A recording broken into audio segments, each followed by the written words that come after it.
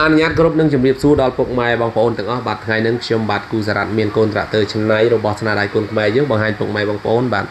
ប្រភេទហ្នឹងគឺពុកម៉ែបងប្អូនតម្រូវការបាទຂະຫນាតទូចលក្ខណៈគ្រួសារបាទគឺត្រូវហើយបាទប្រភេទហ្នឹង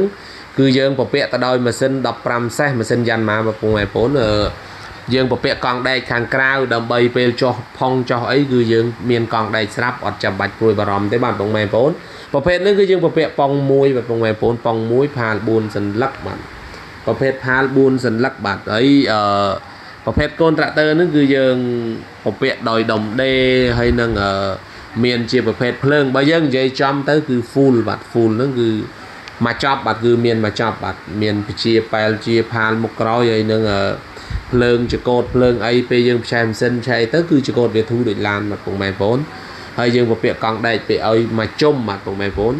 ពុកម៉ែបងប្អូនណាតម្រូវការបាញ់ថ្នាំគឺយើងពពាក់បាញ់ថ្នាំជាមួយនឹងម៉ាស៊ីនហ្នឹងបាទប្រភេទម៉ាស៊ីនហ្នឹងបើយើងគិតទៅវាក្នុងមួយថ្ងៃគឺស៊ីត្រឹមតែ6លីត្រទេបងប្អូន6លីត្របើយើងគិតជាលុយវិញគឺបាទល្បាក់ 20000 លើសបាទ 20000 លុយខ្មែរលើសបាទប៉ុណ្ណឹងវាគួរសមបាទសម្រាប់យើងធ្វើជាលក្ខណៈគ្រួសារបងប្អូន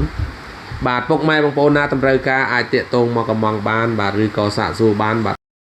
តាមយើងយករបស់បាទយើងយករបស់ច្រើនគឺតម្លៃច្រើនយើងយករបស់តិចគឺតម្លៃតិចពុកម៉ែបងប្អូនបាទសូមជួយគ្រប់គ្រងបាទស្នាដៃគុណខ្មែរទាំងអស់គ្នាបាទខ្ញុំបាទគឺអត់មានអីច្រើនទេវីដេអូក្រោយនឹងមានផ្លែកចឹងនឹងបាទសូមអរគុណនិងសូមជម្រាបលាបាទ